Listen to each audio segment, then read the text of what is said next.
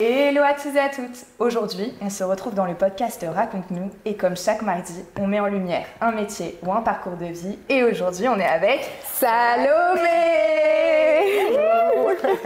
Du premier battement de ton cœur à ton premier rire, Raconte-nous. De ton parcours d'enfant à tes passions en passant par ton apprentissage scolaire, raconte-nous.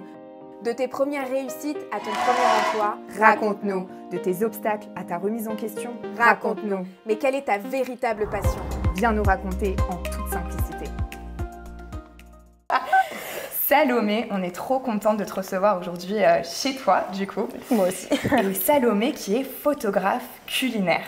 Oui. Avant de rentrer plus dans le détail, est-ce que tu peux nous dire qu'est-ce que tu fais vraiment aujourd'hui? En gros, moi, je suis vraiment photographe dans le secteur de l'hospitality. Donc, essentiellement, je vais mettre en lumière tous les métiers qui sont autour de l'hôtellerie, que ça soit un chef pâtissier, un restaurant, ou aussi tout ce qui va être autour du spiritueux et des cocktails. Et je fais aussi un peu de photos archi et hôtel parce que généralement, c'est un peu lié. Okay. Donc voilà, ça c'est mon quotidien et voilà. Trop bien. Alors, avant de rentrer effectivement dans le détail de ton parcours, on a une question qu'on pose à tous nos invités pour cette saison 2. Est-ce qu'il y a un fait marquant qui s'est passé les dernières semaines ou les derniers mois qui ont provoqué chez toi un déclic ou un apprentissage? Oula. Histoire de mettre le cadre. Voilà. Un fait marquant autour de la photo, du coup. Ce que tu veux, ça peut être pro ou perso. Comme tu veux. Ça, c'est une bonne question. Après, c'est vrai que moi, dans mon métier, on est quand même amené à devoir évoluer tout le temps et apprendre tout le temps. Donc, j'avoue que là, j'ai pas mal de projets qui font que je suis obligée de moi-même changer un peu mon style de photo et tout. Donc là, c'est vrai que j'ai eu un peu des demandes. Ça, c'est vrai que je pense que ça fait quand même pas mal de changements dans ma photo. Enfin, on évolue tout le temps. Et du coup, là, par exemple, j'ai eu un projet avec des DA qui, eux, étaient de base dans la mode. Donc, je me suis retrouvée sur un resto qui était un opening. Mais bon, après, ça, j'ai un peu l'habitude. Et vraiment, le projet était totalement de la DA mode. Et du coup, moi, je fais de la food. Mais bon, après, c'est intimement lié. Et j'ai vraiment eu un truc en mode, ils m'ont dit, on va faire un truc studio. Ils m'ont montré des photos, mais genre, truc que j'avais jamais fait, mais enfin je savais faire, mais je m'étais jamais trop lancée. Et donc j'arrive sur le shoot et tout. Et là dans le shoot, il y avait vraiment, moi je m'attendais, j'avais prévu généralement genre un petit brief en mode il faut l'étape comme ça, il faut que tout soit repassé, il faut que vous ayez ça. Et j'arrive sur le resto, ils étaient censés ouvrir le soir même, donc je me dis bon ça va être prêt quoi. J'arrive, une table collée en haut, genre un bordel partout. Je me suis dit bon. Et du coup là j'avais genre 2 heures pour faire un projet déjà où je savais que ça allait être juste quoi. Et du coup on a improvisé un studio dans un coin de bar avec la DA. Elle me tenait des trucs que j'avais collés à ma lampe et moi j'étais avec le flash. Ça partait un peu dans tous les sens. Et finalement après j'ai passé beaucoup de temps moi à apprendre la retouche plus mode avec des effets que j'avais pas trop fait. Et en fait, depuis que j'ai fait ça, c'est un peu un truc qui est devenu ma nouvelle petite passion et que j'intègre pas mal dans mes petits shoots et que finalement, les gens commencent à me demander. Donc ça a été mon nouveau déclic un peu, pas de ramener un peu plus de mode, mais moi déjà de base, j'en ramène de plus en plus à la photo. Mais j'avoue que ça a été un peu le petit challenge où vraiment je me suis dit, quand j'ai vu le brief, je me suis dit, ça va aller, mais comment le faire et au final, d'une situation imprévue, aujourd'hui, c'est quelque chose que tu j'aime bien faire. Après, c'est vrai que ça prend du temps, mais puis maintenant, du coup, quand les gens le voient, ils sont un peu en mode, je veux ce style-là et tout. Et donc, en fait, de base, c'était un truc que je maîtrisais pas spécialement et que j'avais testé pour me faire plaisir un jour. Bien sûr. Et en fait, maintenant, c'est devenu un peu plus une de mes pattes qu'on me demande un peu. Donc, c'est vrai que c'est cool quoi. Et en fait, c'est le truc principal de mon métier, c'est qu'en fait, dès que je débarque sur un shooting, même si j'ai beau tout préparer et qu'on a un brief, jusqu'au moment, en fait, il y a tout le temps de l'imprévu parce que je connais pas le lieu, même si on me l'a montré en photo, je connais pas les lights. Finalement, il fait gris, le mood, il était avec des rayons de soleil. On me demande un mood blanc, tout est noir. Enfin, c'est que des trucs comme ça. Donc, généralement, quand j'arrive sur place, j'ai genre 10 minutes où je me dis, bon, comment ça va se passer là? Ça va le faire, mais c'est ça qui est aussi cool, c'est que jamais j'ai un seul jour qui est pareil, quoi. T'as beau maîtriser, tous les jours, tu vas avoir un nouveau petit qui va te forcer à faire un truc différent, quoi. Donc c'est ça qui est trop bien, Salomé. Écoute, avant de parler davantage un peu de ton parcours et rentrer un peu plus dans les détails sur ce que tu fais aujourd'hui, avec qui tu travailles, etc., j'aimerais qu'on revienne un tout petit peu en arrière. Est-ce que tu peux me dire où est-ce que tu as grandi et comment était Salomé petite?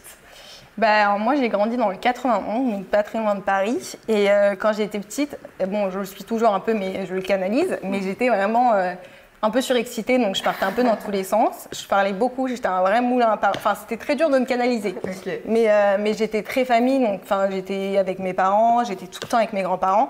Et pour le coup, moi, j'ai toujours été un peu plongée dans la foot parce que mes grands-parents, surtout ma grand-mère et mon grand-père, adoraient recevoir du côté de ma mère. Donc c'était tous les jours, il y avait des amis chez eux. Donc ma grand-mère cuisinait, mon grand-père, sa spécialité, c'était genre les escargots et les crêpes. Donc chacun était de son côté au fourneau. Et en fait, les moments de repas, c'était des grands moments où on se retrouvait tous ensemble et on avait une grande famille, donc ça a toujours été un moment que j'adorais. Et en fait, du coup, moi, j'étais avec mes parents et c'est vrai que je courais un peu dans tous les sens, j'avais mon frère et tout. Et du coup, les activités manuelles dans sa globalité, c'était un peu le seul moyen de me canaliser. Donc j'étais très bricoleuse. Quand j'allais chez mes grands-parents, j'avais 10 ans, quoi. Je faisais des trucs à la scie sauteuse, genre des étuis à couteau. Enfin, je faisais des trucs. Très manuel. Mais du coup, pour le coup, moi qui me canalisais pas trop, dès que je faisais un truc manuel, on me mettait dans mon coin et ça durait 2 jours, quoi. Et donc, je pense que c'est aussi là que j'ai eu mon premier boîtier photo. J'avais fait ma première communion. Et en fait, du coup, à ce moment-là, tu as forcément des sous, ce qui était un peu ma motivation principale. Et du coup, j'avais acheté mon premier appareil photo comme ça.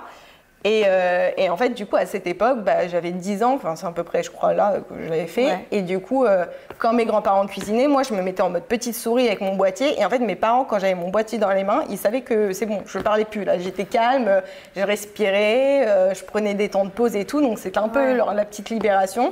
Et moi, c'était mon petit moment où je faisais mes petits reportages de mes grands-parents dans la cuisine, des gens qui avaient et tout. Donc, c'était un peu comme ça que j'ai commencé la photo indirectement. Mais oui, petite, j'étais pas forcément évidente. J'occupais bien l'espace. Et du coup, à ce moment-là, est-ce qu'il y a des métiers qui te viennent en tête? Est-ce que du coup, le fait de toucher un peu à la photo, tu t'imaginais un jour te lancer complètement dedans ou vraiment pas du tout à ce moment-là? Non, honnêtement, pas du tout. C'était plus une occupation que j'aimais bien faire. Sûr. Et non, je me voyais... déjà, à l'époque, je pense que même quand j'avais 10 ans, donc ça fait 15 ans, c'était pas, pour moi, gagner sa vie en photo, c'était très, je pense que c'était un truc que je pouvais même pas imaginer. J'avais déjà du mal à concevoir qu'il y ait des gens qui gagnent de l'argent avec de la photo.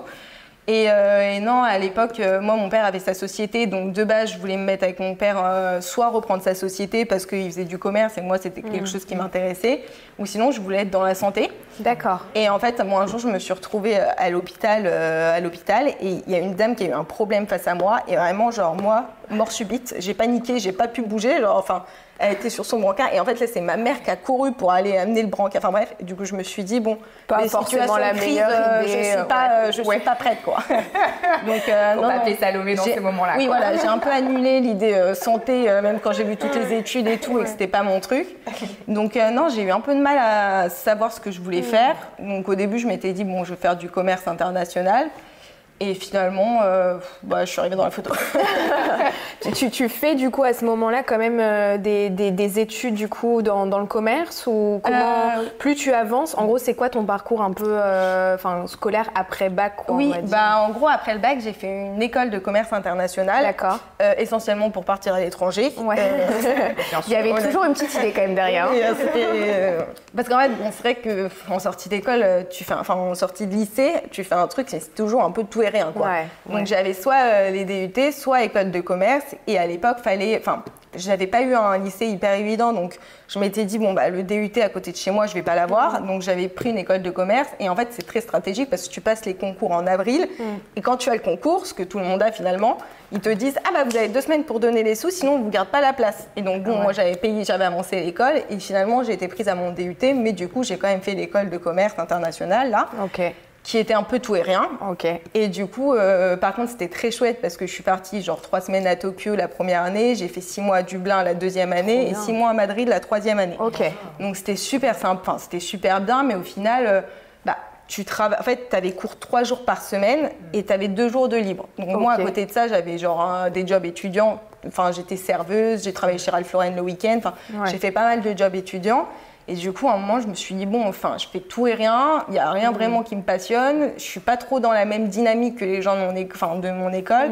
Donc, je me suis dit, c'est pas forcément pour moi. Surtout qu'on ne pouvait pas faire d'alternance. Et en vrai, j'avais quasiment un 35... Enfin, j'étais serveuse dans un resto, j'étais barman aussi au Season pendant un moment. D'accord. Et je travaillais beaucoup dans un traiteur VG qui était à côté de mon école, qui était un peu devenu ma seconde maison, parce que de base, j'avais fait un stage chez eux. Et bon, c'est un peu parti Enfin, c'est un peu le truc, genre, t'es censé rester 2 mois, puis tu restes 10 ans. Ouais. Donc, en fait, je suis rentrée pour 2 mois de base, et j'y suis restée quasiment 4 ans. Ah ouais, waouh. Mais ouais. Belle attache. Ouais, voilà. Et du coup, non, le commerce, ça m'a pas spécialement plu. Et en fait, quand je suis partie à Madrid, c'était là toute la force du truc, c'est que tu pouvais choisir tes cours. Ok. Et j'étais dans une université qui s'appelait Francisco de Victoria, là, où il y avait pas mal de campus, dont l'école du Cordon Bleu. D'accord. Mais à Madrid, sur le même campus. Et du coup, au moment de choisir les cours, moi, j'avais un peu vu les cours de l'école du Cordon Bleu. Et bon, il n'y avait pas de trucs qui me disaient clairement que je ne pouvais pas les prendre. Donc, je me suis dit, bon, bah, je vais tenter ma chance. Donc, j'avais pris 3 cours, un sur l'hôtellerie, un sur l'hygiène alimentaire et tout, parce que de base, dans mes projets, je voulais ouvrir un resto. D'accord. Donc, je m'étais dit, c'est un. Il y avait déjà une première petite graine. Voilà, Ok. j'avais un bon petit billet, donc je me suis dit, bah, c'est parfait, je vais faire ça et tout. Et je me suis un peu pris un stop par l'école qui m'a dit, mais non, mais c'est pas dans ton projet et tout. Mais je suis là, mais personne ne connaît mon projet. C'est ça. Je suis libre de faire ce que je veux. Voilà. En fait. Donc ça a été tout un débat, donc je les ai un peu forcés et finalement j'ai fait ces cours-là. Et en fait, en rentrant de Madrid, c'était période Covid. Ah ouais, d'accord. Donc j'étais un peu rapatriée à ce moment-là. Et en fait, moi, le traiteur où je travaillais avait la chance de pouvoir marcher, même pendant le Covid, parce que c'était un traiteur et pas un restaurant. D'accord. Enfin, c'était un traiteur-restaurant, mais ils ont pu jouer sur la carte bien traiteur. sûr. Donc quand je suis rentrée de Madrid, moi, j'ai rebossé là-bas, mais quasiment en full-time, parce que j'avais juste des examens à passer à distance. Et en fait, mes patrons ont toujours été en mode « Ah, il faut que tu viennes en CDI, il faut que tu viennes à temps plein, arrête l'école et tout. » Parce qu'en fait, je faisais quasiment tout. Enfin, j'étais devenue un peu la semi-responsable, quoi. Donc en fait, il m'avait dit « Ah, mais arrête !» Et moi, je voulais absolument pas arrêter mes études. Donc bon, j'avais un peu dit « Mais non, mais je vais finir mes 5 ans, puis après on verra. » Et puis bon. Et en fait, à ce moment-là, moi, je fais un parcours, un truc pour changer d'école et faire une alternance. Ok. Parce que je me dis, bon, là, je fais tout rien, il n'y a rien qui me plaît. Je voudrais faire une alternance, au moins orienter mon alternance soit dans la food, soit dans la photo, ou un lien un peu les deux. Ok. Donc, à ce moment-là, je reprends un peu cette idée de me dire, faire de la photo, c'est quand même cool. Et en plus, moi, quand j'étais à Madrid, vraiment, j'avais repris mon boîtier, je faisais mes petits restos à moi, je prenais mes petites photos, tous les trucs que je trouvais chouettes dans les rues. Donc, j'avais recommencé ce truc-là de me faire mon petit album pour moi, quoi. Et donc, je passe l'entretien avec l'école.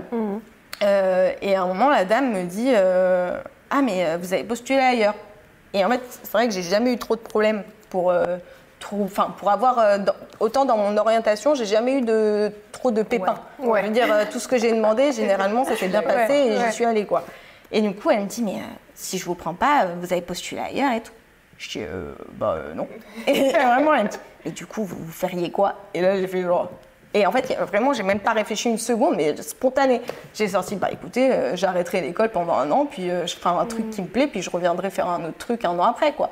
Et elle me fait, ah, bon, d'accord. Mais j'ai senti qu'elle était déconcertée. Et au moment où je l'ai dit, j'ai raccroché du call. Enfin, juste après, on a fini. Puis je me suis dit, mais pourquoi je fais pas ça? Enfin, vraiment, je me suis dit, mais spontané. Vraiment, je me suis dit, mais c'est sorti tellement naturellement. C'est comme si, ça m'avait jamais traversé la tête. Donc, je suis descendue, j'ai dit à ma mère, maman, j'arrête l'école. Ma mère qui a fait, attends, qu'est-ce que tu me dis? Et en fait, finalement, elle a été hyper compréhensive et tout. Je lui ai dit, écoute, Justin, je sais qu'ils vont me prendre genre à temps plein. Ils voulaient ouvrir une 2e adresse et ils m'avaient déjà parlé de me passer responsable. Et du coup, à ce moment-là, j'arrête l'école. Ma mère me dit, mais t'arrêtes, mais tu reprendras un jour. Je dis, oui, t'inquiète. Tout va bien se passer. Un jour, je reprendrai, oui. Histoire de... Et du coup, en fait, cette année-là, j'ai appelé direct mes patrons qui m'ont dit, ah, mais attends, t'inquiète, on te passe responsable. Donc, ils avaient déjà pris... Bon, ils ont un peu têche l'autre personne et finalement, je suis passée responsable du truc. Covid fait qu'ils n'ont pas eu le prêt pour le 2e resto, mais du coup, j'ai quand même géré tout le resto pendant 1 an. Donc en fait là j'ai fait 1 an en full time où où je gérais tout. Enfin, où vraiment il y a des matins où j'allais dans la cuisine, je trouvais les extras parce qu'en service des fois j'étais toute seule, je faisais l'envoi à la cuisine, je faisais les installations sur les événements, je faisais les devis, enfin je gérais tout quoi, le packaging, tout. Et en fait au bout d'1 an de ça, je me suis dit purée, c'est épuisant. Est-ce que je me vois faire ça toute une vie? Ah ouais. Non, vraiment, je me suis dit, je pense que déjà j'avais perdu 10 points de vie en un an. Moi, j'allais pas super bien niveau santé en plus à côté et tout, et surtout construire une vie comme ça. Enfin, j'étais décalée, quoi. Tu fais du 9h, 21h30 si tout va bien tous les jours. Donc je me suis dit, non, pas pouvoir faire ça, quoi. Et en fait, cette année, enfin pareil, à côté, je faisais toujours mes photos, mais de mon temps libre, quoi. Et chez eux, bah pareil, j'avais repris mon boîtier, et vraiment, des fois, j'allais en mode petite souris, et vraiment, je pense ce qui me passionnait le plus, c'était quand j'étais en cuisine, et que j'attendais ce qui se passait, je regardais, je demandais ce qu'ils allaient faire, je prenais mes petites photos. Enfin, c'est revenu comme ça, un peu naturellement. Et en fait, à un moment, enfin, c'est vrai que tout à l'heure, c'est ce qu'on disait, tout arrive pour quelque chose, je pense. Et en fait, tu as aussi le bon timing. Et c'est vrai que sur ça, je pense que je touche ma tête, mais j'ai toujours eu un peu de chance sur le bon timing. Et je parle avec la propriétaire de la boutique et tout, qui s'appelait Elsa. Et je lui dis, ah, mais j'ai une photographe que j'aime trop, que je suis, nanana. J'aime trop ce qu'elle fait. Franchement, je vais chercher. Là, j'avais repris les trucs pour chercher une alternance parce que je reprenais mes études l'année d'après. Et en école de communication. Et du coup, je me suis dit, bon, école de communication, je vais axer mon alternance pour faire mon biais à moi, quoi. Donc, je m'étais dit, soit je trouve dans un resto, soit je trouve en tant qu'assistante photographe ou un truc comme ça, pour moi, commencer à faire mes petits trucs moi-même et apprendre vraiment. Parce qu'avant, je touchais un peu mes trucs, mais voilà, j'étais pas non plus en mode manuel, enfin, j'étais un peu en thèse, quoi. Et en fait, à ce moment-là, donc, je te parle de cette photographe. Et moi, j'avais eu un entretien d'embauche pour le Season, pour faire la com au Season. Et pour Malou, qui était une agence digitale. Enfin, qui est une agence digitale. Et bon, Elsa me dit, ah, mais attends, mais c'est trop drôle. Cette fille, elle s'appelait Géraldine Martens. Elle est sortie avec un de mes copains. Mais attends, je l'ai sur Insta et tout. J'étais là, quoi? Enfin, tu la connais? Non, mais vraiment. Et je lui dis, mais attends, mais tu veux pas lui envoyer un message pour lui demander si elle cherche une alternante et tout? Et donc, elle lui envoie avec le compte Elsa et Justin, enfin du truc. Donc, moi, je voyais les messages et elle lui dit, ah bah non, je suis désolée, je prends quelqu'un en CDI aujourd'hui, mon CDD, enfin, je lui propose le CDI. Donc, enfin voilà, je cherche pas d'alternance. Donc, je me dis, bon, bah tant pis, enfin voilà, c'est pas grave, quoi. Et en fait, le lendemain, j'avais un rendez-vous, et je vois sur le Instagram d'Elsa et Justin, coucou, finalement. Ma CDI m'a planté. Est-ce que, enfin, j'ai appelé ma mère, parce qu'en fait sa mère elle gère sa compta aussi, et elle m'a dit surtout prends une alternante. Enfin, donc en fait je suis arrivée la veille, elle n'avait jamais pensé à l'alternance, et le lendemain, enfin le jour même, elle se fait planter, et du coup le lendemain sa mère lui dit bah, trouve une alternante, c'est le meilleur truc. Et moi, j'avais débarqué la veille. Donc, en fait... Et là, après, on dit que tout arrive pour une raison. Ah ouais, vraiment. Franchement, waouh, le timing, quoi. Mais voilà, et du coup, je me suis dit, oula, mais je peux pas. Donc, moi, je réponds tac au tac. Je lui dis, bon, bah, où c'est qu'on peut se retrouver et tout. Et du coup, on se retrouvait. Elle avait un shoot chez Bab Casa. Moi, j'étais fan de Bab Casana déjà. Incroyable. Et en fait, on se rencontre. Et en fait, ça match... Enfin, moi, j'adore la personne, ça a super bien matché et tout. Déjà, en plus, elle m'a ramené une babka aussi. On l'a acheté par la nourriture. J'étais séduite. Et non, et du coup, en fait, voilà, je pense qu'on avait un peu... Enfin, elle aussi, elle a fait beaucoup de pâtisserie quand elle était jeune. On n'avait pas forcément le même parcours de vie, mais on avait quand même les mêmes appétences. Et ça s'est super bien passé. Et du coup, finalement, bah, elle m'a dit, bah, écoute, oui, je te prends en alternance. Donc... Là, je me dis, bon, bah, super, quoi. Incroyable. Et donc là, j'arrête l'école et c'est vraiment à ce moment-là où je me mets, enfin, je continue l'école, enfin, je reprends l'école, je vais y arriver, en com, mais en alternance. Donc, j'arrête le resto totalement. Eux, en plus, c'était parfait moment parce qu'ils étaient en train de chercher à vendre le resto pour aller dans le Perche. Donc, en fait, tout se sépare au bon moment. Et du coup, là, je me retrouve enfin dans la photo. Waouh, incroyable. Et du coup, explique-nous un peu plus, Salomé, enfin, tes premiers pas dans la photo. Est-ce que, enfin, c'est vrai que c'est une question, enfin, la réalité, elle est comment de la photo, tu vois? Est-ce que tu t'étais fait un peu une illusion ou quand tu rentres, enfin, comment ça se passe? Est-ce que comment tu transformes le fait, ta pensée de, ok, c'est une passion, à, ok, je peux en faire en fait mon métier, tu vois. La véritable vocation, quoi. Ce podcast est autoproduit par notre agence Youth Shoes qui a une seule mission, révéler qui tu es. Au-delà d'être sœurs, nous sommes devenus associés et nous avons créé un écosystème alternatif au métro boulot dodo pour faire briller des personnes comme toi et moi. Que ce soit grâce à nos coachings qui te permettent de t'accompagner pour trouver ta voie et de faire ton rêve une réalité. Ou grâce à notre agence de photos et vidéos d'émotion, parce que derrière chaque personne se cache une histoire. Alors, bienvenue à toi, abonne-toi, commente, partage pour faire vivre cet écosystème. En fait, ça a été, c'est vrai que le palier est un peu compliqué parce que du coup, cette année où j'étais en alternance, bah, je faisais de la photo, mais pour moi.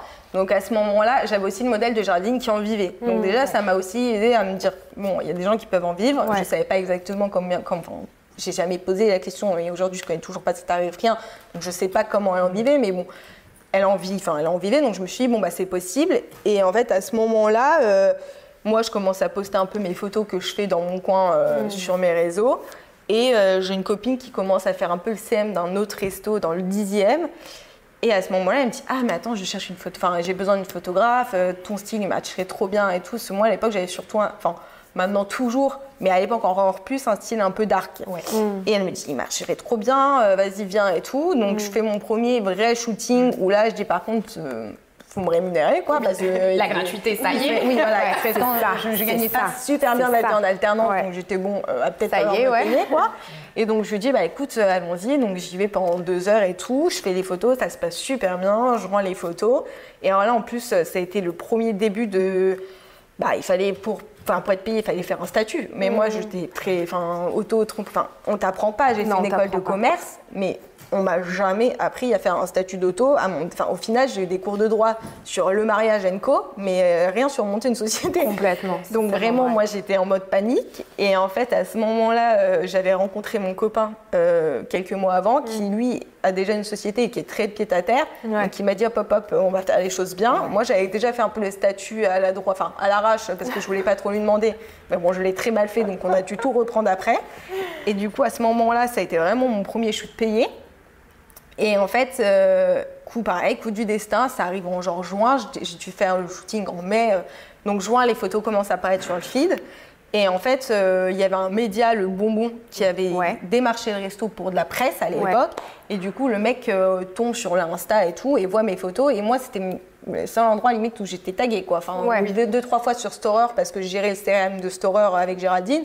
Mais enfin voilà, il n'y avait que là, quoi. Et mon compte perso. Et du coup, là, d'un coup, je reçois un message en mode « Salut, nanana ». Puis en plus, un mec qui n'a rien à voir avec le Bonbon, c'est quoi ce truc-là? Donc « Salut, j'ai vu tes photos, nanana, j'adore, je travaille pour un média, est-ce qu'on peut s'appeler ?» Donc on me dit « Bon, bah, allons-y ». Donc j'appelle le mec. Et en fait, il me dit « Oui, nanana, en fait, je travaille pour le Bonbon, on a monté une agence digitale à côté pour le média du Bonbon, j'adore tes photos, j'ai regardé ton Insta, j'adore, nanana, je cherche une photographe en freelance, est-ce que ça t'intéresserait ?» Donc là, je me suis dit, oula, ok, pas mal.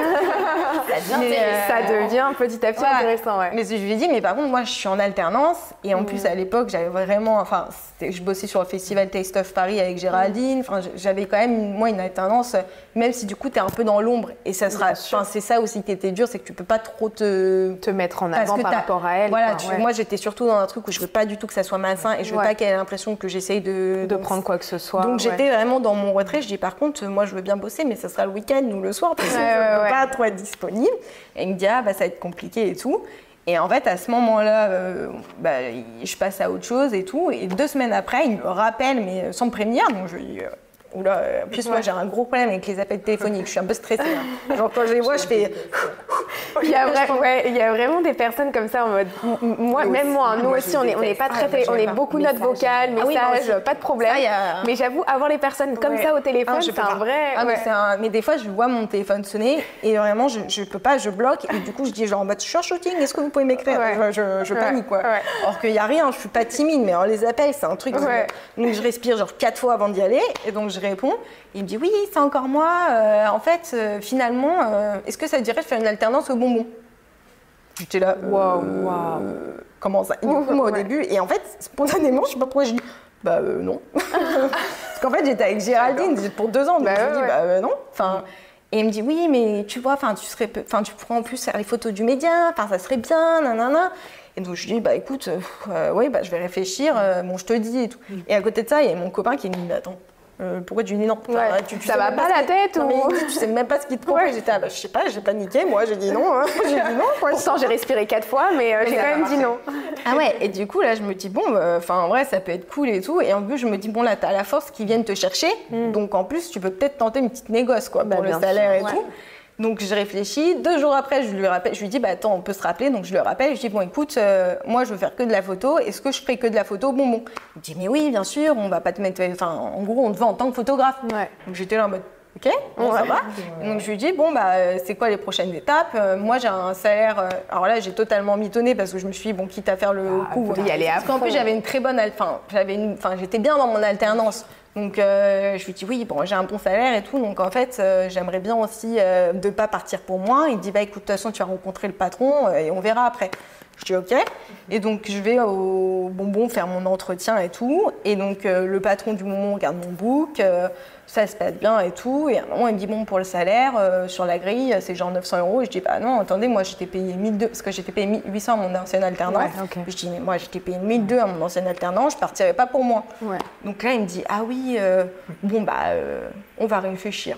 1 heure après, il me rappelle, donc j'avais été prise. Et du coup, là, déjà, j'avais un bon salaire d'alternance. Ouais. Et du coup, je m'étais dit, c'est trop bien parce que du coup, je vais faire de la photo à temps plein. Génial. Ça sera pour moi. Génial. Et au pire, je gagne 1300 en alternance. Donc, c'est déjà un bon début, quoi. Et c'est fixe. Et donc là, je pars. Alors là, ça a été horrible parce que pendant 2 mois, j'ai un gros souci aussi pour annoncer les bons comme ça. Donc, j'arrivais pas à dire à Géraldine que je l'avais trahi, mais je partais, quoi. Je partais, oui. Et donc, ça a été hyper. Je me suis dit, elle va m'en vouloir. Parce qu'en plus, c'est moi qui avais à l'époque commencé à faire toutes les vidéos pour le Festival Taste of Paris. Donc, à l'époque, je gérais tout ça. Et du coup, en vrai, j'avais un peu la mission. Donc, j'étais vraiment en mode, je te laisse le bébé, je pars genre dans 2 mois, quoi. Ouais. Et donc, j'ai eu beaucoup de mal à lui dire. Et finalement, elle a compris, quoi. Elle m'a dit, t'as l'occasion de faire de la photo. Vas-y, go, quoi. Vas-y, vole. Et du coup, là, je suis partie au Bonbon. Et en fait, ça a été une année hyper formatrice dans le sens où, quand je suis arrivée, il y avait en fait, l'agence a fermé quasiment. Donc, en fait, je suis passée photographe du Bonbon. Et quand je suis arrivée, il y avait une ancienne stagiaire qui était là, mais qui restait genre 1 mois. Et au bout d'1 mois, elle est partie. Puis ils m'ont dit, est-ce que tu sens de faire toutes les photos? Je dis, oui, pas de souci, quoi. Et du coup, je suis passée seule photographe du Bonbon. Wow. Donc, en fait, j'étais la seule. Et en fait, du coup, ce qui était génial en plus pour moi, c'est que au-dessus de moi, il y avait les journalistes qui me donnaient les missions. Et si je calais bien mon emploi du temps pour faire toutes mes missions, t'étais tranquille, quoi. J'avais pas de boss, quoi. J'avais pas vraiment de boss en direct. Moi, je faisais ma petite vie, je partais la journée faire les photos qu'il fallait. Et j'allais voir les clients et tout. Et du coup, ça m'a permis, moi, à côté, je commençais à avoir des demandes, pas mal de bouche à oreille. J'ai eu beaucoup de bouche à oreille, donc ça m'a vachement aidée. Ok. Et du coup, j'ai commencé à prendre des petits clients à droite, à gauche, un peu calés là, en plus du Bonbon. Trop bien. Et du coup, en fait, pendant 1 an, j'ai fait le freelance pour des clients qui me contactaient. Il y a eu du bouche à oreille. C'est que des... Et mon freelance comme ça, et toutes les photos pour le Bonbon. Okay. Et en fait, grâce à ça aussi, ça m'a permis de me dire, ok, en plus, c'était 2 styles différents. J'avais mon style. Et en fait, le Bonbon, des fois, c'était un peu délicat parce que ça me perdait un peu dans moi ce que je voulais faire. Dans le sens où, en fait, au Bonbon, tu fais quand même des photos de tout. Je me suis retrouvée dans des magasins de jeux de société. Et j'étais là en mode, ok, comment on fait ça? Des trucs rien à voir. Et là, je me suis dit, mais même dans des frites, vraiment, je peux. Quoi. Et en fait, c'est vrai que c'est un œil. Au début, j'ai eu beaucoup de mal à me caler à l'œil Bonbon, qui est quand même un œil très pop, très coloré et très. Un peu moins subtil, c'est très droit au but, quoi. Genre, si on parle d'un plat, j'ai vu la photo du plat du dessus, quoi. Et moi, j'avais beaucoup de mal à. Ça s'est très bien passé, mais il m'a fait 2 mois d'adaptation parce qu'en fait, là, contrairement aux clients qui me demandaient moi, les clients qui m'avaient avec le Bonbon, ils n'avaient pas forcément choisi mon style, quoi. Donc ça a été un truc. Style à eux, quoi. Il y en a, ils voulaient des trucs très colorés et tout. Puis, moi, j'étais en phobie, quoi. J'étais, je peux pas faire ça, moi. Je peux pas mettre une courge sur une table. C'est pas évident d'ailleurs en tant que photographe de se dire, je m'adapte au style qui n'est pas le mien, en fait. C'est ça. Moi, les clients qui viennent me voir aujourd'hui, même si des fois ils ont des styles un peu différents, j'arrive toujours à l'amener à ma patte et ils savent en vrai en prenant ce qui va se passer, quoi. Oui, bien sûr. Ils savent très bien, par exemple, j'ai eu des demandes et tout pour des trucs de brunch au Bonbon, mais genre, après c'est des styles et tout, mais avec le petit journal sur le côté, le petit des trucs, genre vraiment. Mais moi je peux pas, quoi. J'étais là, non mais c'est horrible, quoi. Vous pouvez pas me faire ça et tout. Et du coup, c'est vrai que le Bonbon, ça m'a permis déjà de me dire, bon, moi je veux vraiment être dans la food et l'hôtellerie. Et en vrai, c'était vraiment là où j'étais la meilleure dans le média et tout le monde me le disait, quoi. Et en fait, ça m'a permis aussi de faire un peu plus de studio, entre guillemets, parce que je faisais les couves, donc toutes les photos couves, qui étaient totalement différentes, parce que là, c'est full studio, c'est 3h30 avec quelqu'un, et tu lui dis, il faut que tu aies le regard Bonbon. Tu essayes d'expliquer à un mec c'est quoi le regard Bonbon, alors que toi-même, tu n'as pas capté c'est quoi le regard Bonbon, tu vois. Donc là, ça a été... Et en fait, ça m'a aussi permis de me dire, je ne veux pas travailler pour quelqu'un. Genre, c'est pas possible. Avoir le stress puis d'avoir... En fait, travailler pour quelqu'un qui ne comprend pas forcément. C'était un peu ça qui était. Je me rappelle quand j'ai quitté le Bonbon, au bout de mon alternance, moi je suis partie en freelance. Ok. Et lui, il m'a dit, ah bah, on va te prendre en freelance et tout. Donc j'ai dit, bon, très bien, je te donne juste. Et encore, je fais des tarifs à la baisse parce que bon, voilà, j'avais bossé avec lui et tout. Et je passe l'entretien. Et c'est vrai que vraiment, je me suis dit, putain, il n'a pas compris. Il a toujours pas compris. Au bout d'1 an et demi, il n'a pas compris. Et je passe l'entretien et tout. Et donc je lui dis, bon, bah voilà, moi, mon tarif heure, c'est ça. Et là, il explose de rire. Alors que j'avais déjà plein de clients qui me payaient ça. Enfin, et encore, c'était un tarif bas. Il me dit, mais ça, Salomé, c'est ce que je paierais une photographe confirmée. Et je lui dis, Jacques, qu'est-ce que je suis une photographe confirmée. Et il me fait, oui, enfin bon, t'es jeune, hein, t'es une fille, enfin t'es jeune fille, quoi. J'étais là, oui, d'accord, ok, j'ai pas compris le rapport. Et là, je me suis dit, mais jamais, quoi. Enfin, pourquoi en plus on vient de te dire que limite ce que tu fais, c'est de la dope parce qu'en fait, c'est pas à ton style. En fait, non, merci, quoi. Ah ouais, et du coup, ils savaient pas d'autres photographes, donc je dis, bon, allez, on va faire ça pendant 1-2 mois. Et en fait, quand j'ai senti qu'ils commençaient à chercher d'autres, j'ai dit, bon, je lève le bébé. Ça me prenait trop de temps pour pas grand-chose, parce qu'en plus, c'était plein de petites missions à droite, à gauche. Et moi, j'avais assez de clients pour être tranquille. Et du coup, c'est vraiment à ce moment-là où voilà, j'ai arrêté mon alternance au moment et j'ai eu que des clients en freelance. Ok. Est-ce que tu dirais que c'est le moment de bascule où tu te dis, ok, je suis prête, je me lance à mon compte et je vis que de ça. Enfin, ça y est, c'est plus genre juste une passion, c'est mon métier. Et est-ce que c'est à ce moment-là que tu as le déclic en sortant de cette alternance-là, ou quand est-ce que tu dis, waouh, en fait, je peux en vivre et ça y est, j'ai mon portefeuille client et ça commence, quoi? En vrai, ça a été quasiment à la moitié, je pense, de mon alternance au bon moment. En fait, pareil, je pense que j'ai fait les bonnes rencontres au bon moment et j'ai eu beaucoup de chance et le bouche à oreille. Mais on va dire qu'à mi-parcours de mon alternance, j'ai eu un gros client qui m'a... Alors maintenant, les pauvres, ils ont un peu coulé, mais c'était le Moloko qui avait vu mes photos parce que pour Tay, j'avais fait des photos pour Bleu Bao. Enfin, pour Bao, quoi. Et la fille de la com avait vu ça. Enfin, bref. Et donc, j'ai eu ce client qui avait 8 restos à l'époque, qui avait Isa. Bon, voilà. Et du coup, enfin, je sais pas pourquoi le service... La fille, moi, je me suis hyper bien entendue avec elle. Et ça a été vraiment mon premier gros client. Ouais, mais alors, je me rappelle, mon premier shooting où j'ai débarqué là-bas, j'étais genre full stress. En plus, resto festif. Enfin, genre full stress. Et mon copain qui était à fond derrière moi, parce que lui, il s'est vite retrouvé un peu mon compta, parce qu'il a senti que je partais en cacahuète, m'a dit, bon, allez, je viens avec toi. Donc, il est venu en mode assistant. Il n'allait jamais monter une live de sa vie. On a fait une formation 2 heures avant pour lui dire, il faut monter la live comme ça. Donc, lui, il était là, je te la mets comment ça, c'est pas mal. Donc, et du coup, il dit, tu dis à tout le monde que je suis ton DA. Et j'étais, ah oui, t'inquiète, on va dire. Je te taguerai pas sur les photos. Et puis, pareil, quand on était sur le shoot, il était là, non, mais. Attends, je suis ton associé là. Non mais chérie, c'est bon, on m'appelle pas chérie. Et donc, non mais vraiment. Et du coup là, ça a été mon premier gros client. Il m'a fait tourner ils m'ont fait bosser sur leurs 8 restos en 2 mois quasiment. Et en fait, je suis partie un peu dans une espèce de branche où les restos festifs, ça se regarde quand même un peu ce qu'ils font. Et en vrai, des photographes qui bossaient dans le noir à l'époque, ça se faisait un peu moins. Et du coup, en fait, j'ai été contactée après par Lulu Paris, enfin plein de restos dans ce style-là.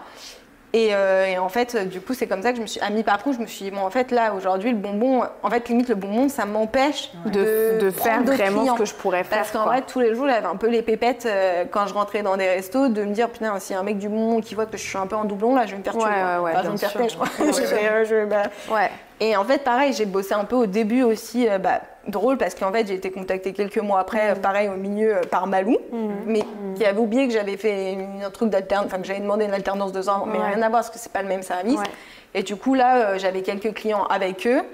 Et ce qui était cool, c'est que Malou, ils ont quand même un large panel de restaurants. Et mon style fait que j'ai toujours été envoyée sur des restaurants un peu chicos cool et que j'ai jamais eu de problème avec leurs clients, quoi. Et donc ça, c'est pareil, c'était beaucoup de volume. Franchement, ils payaient pas non plus trop mal. Donc en fait, à ce moment-là, à mi-parcours où mon monde, j'ai vraiment eu un moment en me disant, faut que je finisse celle de l'alternance parce que là, ça devient trop lourd. Genre, ça devient l'impression d'avoir une double casquette. D'avoir un peu une double casquette et puis d'avoir un peu ce truc-là où moi, dans mon freelance, ça se passait très bien, mais en fait, au bonbon, je me faisais tout le temps taper sur les pieds, quoi. Enfin, pas par les journalistes, mais plutôt par la hiérarchie qui comprenait pas forcément le truc, quoi.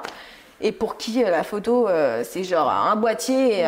Je me suis fait clic. Je me suis retrouvée sur une couve, j'avais fait tous les réglages et genre, c'était pas ce qu'ils voulaient. Enfin, bref, c'était. Et il dit, donne-moi ton appareil. Et à la fin, dans la section, il me dit, envoie-moi les 20 photos que j'ai prises. J'étais là, c'est pas parce que tu as appuyé sur le bouton quand j'ai déjà tout fait que.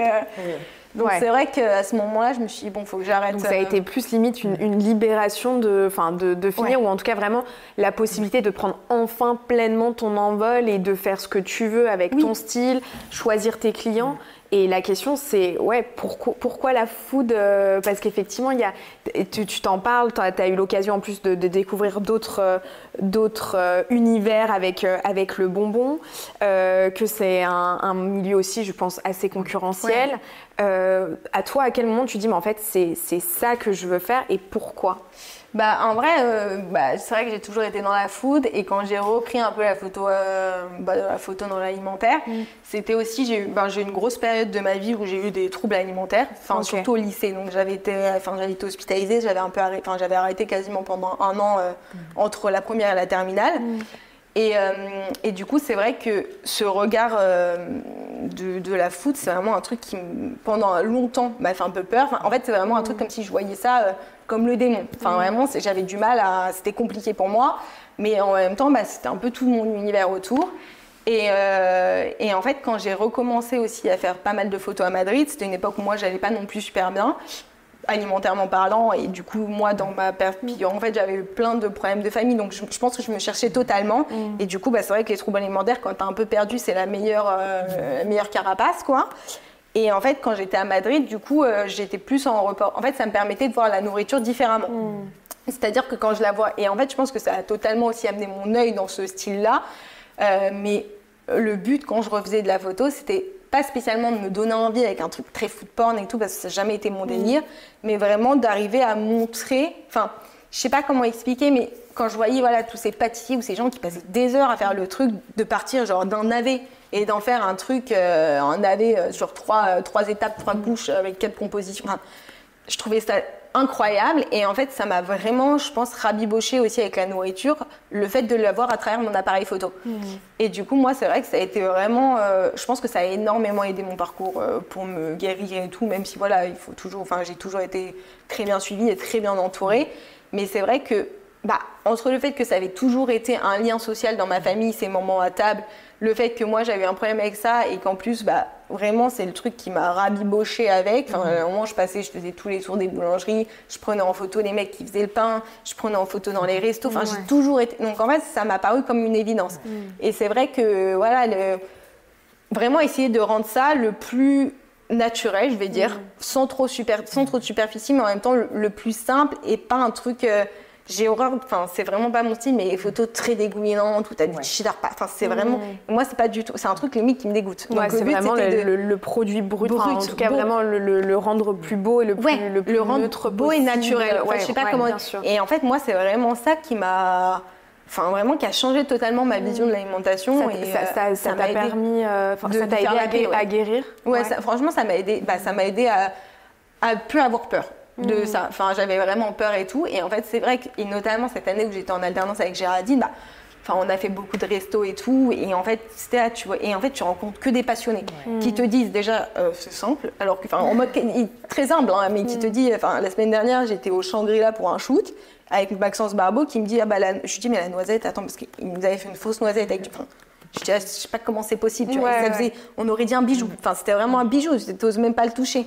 Et je dis, mais attends, mais c'est incroyable. Il me dit, oui, non, mais c'est un petit praliné, puis une petite mousse. Oui, puis voilà, quoi, tu fais ça comme ça. 2-3 trucs, quoi. Non, mais, et en fait, quand il te le raconte avec autant de passion et tout, mais toi, déjà, t'as qu'une envie, c'est genre de limite pas y toucher et d'essayer de rendre ça. Tu peux pas ne pas rendre ça beau, en fait. Donc, tu quittes cette alternance, tu te lances à ton compte, tu crées ton agence aussi, qui s'appelle Agence Feel So Food. Exactement. T'as tes premiers clients. Qu'est-ce qui est le plus dur pour toi quand tu t'es lancée vraiment, quand tu t'es envolée toute seule? Est-ce que c'est trouver ses premiers clients? Est-ce que c'est, je sais pas, gérer sa compta? Est-ce que c'est le matériel aussi à choisir? Parce que t'as appris un peu sur le terrain, tu vois. Qu'est-ce qui est le plus dur pour toi quand tu t'es lancée? Il y a 2 trucs qui ont été très durs, je pense. Même 3. En vrai, il y a eu toute cette partie créée. J'ai été pendant 2 ans du coup auto-entrepreneur. Et j'ai été pendant, ça fait 7 mois que je suis en société. Et ça fait 7 mois là que tu es en société. Je suis passée et en au société. total, ça fait combien de temps que tu t'es lancée? Ça va faire 4 ans. Ok. Donc j'ai vraiment été une partie en alternance, quoi. et après en auto, et après en société. Et en fait, ce qui a été hyper compliqué, c'est qu'en vrai, déjà, moi, j'ai une phobie administrative, donc c'était réglé. Mais alors, URSSAF, je pense que c'est un mot qui me fait de l'eczéma. Impôt, c'est un mot qui me fait mourir. Donc, vraiment, ça a été vraiment comprendre qu'il y avait des... Puis en plus, j'ai l'impression d'apprendre des nouveaux trucs. Enfin, moi, quand j'ai créé mon statut à l'époque, donc je l'avais fait toute seule. Mon copain n'était pas encore trop dans l'histoire. Et moi, je savais pas qu'il y avait l'ACRE. Enfin, il y a plein de trucs que je savais pas. Et au début, je pense que ça a été horrible. Ça a été les 3 premiers mois et tout. Donc, j'avais fait mon statut un peu à l'arrache. Et... au bout de 3 mois et tout, je reçois un truc de l'URSSAF, c'était fin août, en mode déclarez vos trucs. Et je dis, je comprends pas, la première année en auto. C'est bon, laissez-moi quoi. Non, mais en plus, moi à l'époque, je crois que c'était jusqu'à 2021, un truc comme ça, en auto, la première année, tu payais rien. Rien.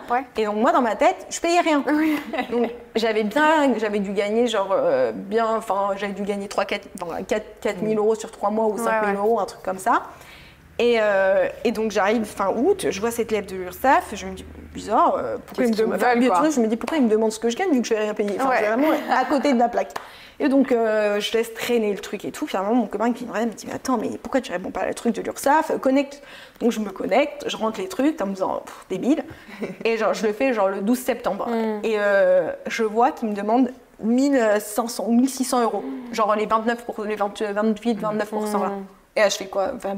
Pourquoi? Mais c'est tout que moi, j'avais pas prévu. Donc, j'avais fait ma vie. C'était la première fois que j'avais vraiment de l'argent. Donc, j'avais tout dépensé. Et alors là, je crois que ça a été horrible parce que je me suis dit, mais c'est quoi ce délire? Donc, en fait, je découvre qu'il faut appeler l'URSSAF. Puis, en plus, tu passes 3 heures avec des mecs qui n'essayent pas vraiment de t'aider. Donc, c'est horrible, quoi. Enfin, j'étais là, mais attendez, parce que mon copain me dit, t'as pas fait l'ACRE? J'étais, c'est quoi l'ACRE? Je connais pas. Et donc là, ça a été horrible. Enfin, vraiment, en plus, je me suis dit, mais attends, j'ai une semaine pour trouver 1700 euros. Comment je vais faire? Et en fait, je les ai appelés. Et vraiment là, je leur ai dit, mais c'est dégueulasse. Enfin, j'ai tous les critères. Pourquoi vous me le mettez? Ah oui, mais si vous le demandez pas. J'ai une tête à savoir c'est quoi là. Horrible. Et du coup là, ils ont été quand même compréhensibles, donc ils m'ont passé première année là 11%, un truc comme ça.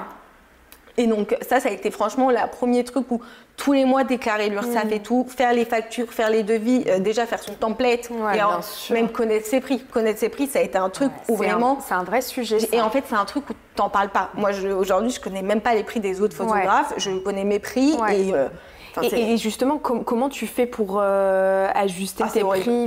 Non, mais c'est vrai. Est-ce que c'est à la tête du client? Enfin, même si mais en vrai, c'est une vraie question quand on t'apprend pas et que tu connais pas forcément la concurrence. Tu sais pas. Est-ce que t'es trop au-dessus, trop en dessous? C'est ça. Et t'as un vrai truc. Moi, j'avais un gros syndrome. Je pense que je l'ai toujours. Me de l'imposteur, en mode je me sentais pas forcément légitime de demander, alors que je passais des heures sur le truc et ça a été hyper dur au début. J'y étais un peu à tatillon. J'avais un truc où, on va dire, les gros clients, dans le sens où c'était des gros restos et qui chiffraient, je facturais genre 50 euros de plus l'heure que les petites pâtisseries et tout. En vrai, mes tarifs n'ont pas spécialement changé. Là, ils ont tout petit peu gonflé, un tout petit peu, mais parce que je suis passée en société et que là, je me suis rendu compte que c'était plus le même délire, quoi. C'est pas le même délire. Ah ouais, donc là, mais ça a été vraiment pendant longtemps, mais moi, et en fait, sur ça, moi, je dis que mon copain, c'est mon associé, et je l'écris dans tous mes mails, alors qu'il n'est pas associé, hein, mais dans ma tête, c'est mon associé. Hein, c'est lui qui fait tout et tout. Et du coup, c'est vraiment lui. Des fois, je me posais, je dis, bon, j'ai ça, ça, c'est ce qu'on dit actuellement, qu'est-ce que je fais? Et il me dit, non, mais Salomé, il faut arrêter là de vouloir tout donner, parce que les gens, tu leur donnes ça, ils essaient vraiment de te prendre ça, quoi. Et en fait, ils comprennent pas non plus que quand toi, tu passes 2 heures sur place, chez toi, t'en passes 3. Exactement. Donc, en fait, c'est un truc à essayer de leur faire comprendre. Et encore, moi, je facture pas spécialement de droit, genre si c'est pour la presse et tout. Donc ça, c'est un autre... pour essayer toi-même de comprendre ça. Mais c'est vrai que moi, j'ai eu beaucoup de mal à trouver mes tarifs et tout, à me sentir légitime de demander de l'argent. Aujourd'hui, j'ai encore... Enfin, c'est pas moi qui... Du coup, c'est mon associé qui fait les devis, les factures, les relances. Et en fait, c'est un peu le mauvais flic. Et je pense que dans tous les business, il faut forcément une deuxième personne. Parce qu'en fait, quand c'était moi au début, mon tout premier client qui voulait pas me payer, je me suis froissée avec. Mais parce qu'en fait, au bout de 4 mois, quand tu me payes pas, c'est pas possible. Et en fait, là, l'avantage, c'est que là, comme c'est lui le mauvais flic, et en fait, ça va énormément soulager sur tout, c'est que moi, j'ai vraiment que la partie créa. Et vraiment, ça, c'est génial parce que du coup, j'ai juste à préparer mes shoots, faire les retouches. Je lui mets toutes les infos pour les devis et je lui mets toutes les... Et du coup, il me fait la facture. Et en fait, c'est le mauvais flic, c'est le mec qui relance et tout. C'est aussi lui qui me ramène sur terre en me disant, mais en fait, Salomé, t'as passé 3 heures, pourquoi... Enfin, même si on a fait un devis de 2 heures, tu vas pas facturer 2 heures. Bien sûr. Et donc, en fait, je pense que c'est un bon équilibre et tout. Et en vrai, je pense que sans lui, je me serais pas dans mon business. Je serais un peu en cacahuète parce que tu peux pas tout gérer. Tu peux pas tout bien gérer. Ou alors tu délègues pas, t'en vivrais pas aujourd'hui comme t'en vis parce qu'à un moment donné, tu à la bourre. Tu oublies qui t'a. Moi, là actuellement, je sais pas qui ne m'a pas payé. C'est lui qui me fait des petits points pour me dire. Et en fait, genre aujourd'hui en société, j'ai quand même un comptable qui heureusement me soulage sur toute la partie, je sais que j'aurai pas de problème avec les impôts ou quoi, même si c'est hyper stressant parce que du coup, moi j'ai eu un statut spécial, je suis à l'IR. Donc c'est une SASU à l'IR, c'est un truc que tu as le droit pendant 5 ans, mais par contre, en gros, c'est un peu moins clair qu'une SASU. Tu payes pas totalement tout pareil, mais en gros, à la fin de l'année, si tu as fait 120 000 € sur ta boîte, les 120 000 €, enfin les impôts, ils vont pas demander 120 000 € à ma société, ils vont demander 120 000 € à Salomerato. Donc ça, c'est un peu le petit stress, ça peut me retomber dessus un peu, mais c'est un peu plus avantageux. Donc je pense que les difficultés, ça a été de trouver comment t'organiser. Parce qu'en fait, tu as envie de prendre tous les... Enfin, tu acceptes beaucoup de projets parce que c'est hyper cool. Et après, il faut aussi savoir en refuser. Enfin, j'en refuse quand je sens que moi, c'est pas soit mon style de photo, soit un truc qui va pas forcément me mettre en avant, enfin, où je vais pas me sentir de le faire. Donc, il faut savoir les refuser. Et il faut savoir aussi pas trop sacrifier... Enfin, c'est beaucoup de temps, quoi. En fait, comme tu shootes autant que tu retouches, des fois, quand tu prends trop de trucs la semaine, tu bosses tout le temps. Exactement. Donc, il faut arriver à faire la part des choses. Ça, c'est un truc que je dis, mais je n'arrive pas non plus. C'est toujours en process, mais bon, voilà. Donc, vraiment, je pense qu'il faut être... le truc le plus dur, c'est bien s'entourer. Voir comment bien s'entourer, que ça soit d'un point de vue financier, avoir un comptable, quelqu'un qui t'aide, juste qui t'explique les bases pour que toi, tu sois bien et quelqu'un qui t'aide sur les devis. Et après, savoir organiser son temps et pas trop se perdre. Bien sûr. Après, je sais que je travaille quasiment 7 sur 7. Donc, il faut aussi avoir quelqu'un qui l'accepte dans sa vie parce que c'est pas évident. Et toi-même, il faut aussi un moment... Enfin, là, je vois cet été, j'ai beaucoup bossé avant les vacances. Et j'avoue que cet été, quand j'ai relâché 3 semaines, je me suis dit, à la rentrée, on va peut-être y aller mollo. On va peut-être pas trop y aller tranquille, quoi. Et c'est quoi le déclencheur, ou en tout cas pour toi ou pour les gens qui nous écoutent, qui font que tu passes d'un statut freelance à OK, là, c'est le bon moment pour monter ma société?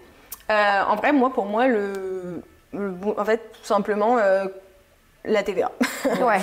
En fait, aussi simplement que ça, quand je suis commencée, en plus, il y a plein de trucs qu'on sait pas. Moi, je ne savais pas, par exemple, qu'à 36 000 €, tu es obligée de demander une TVA.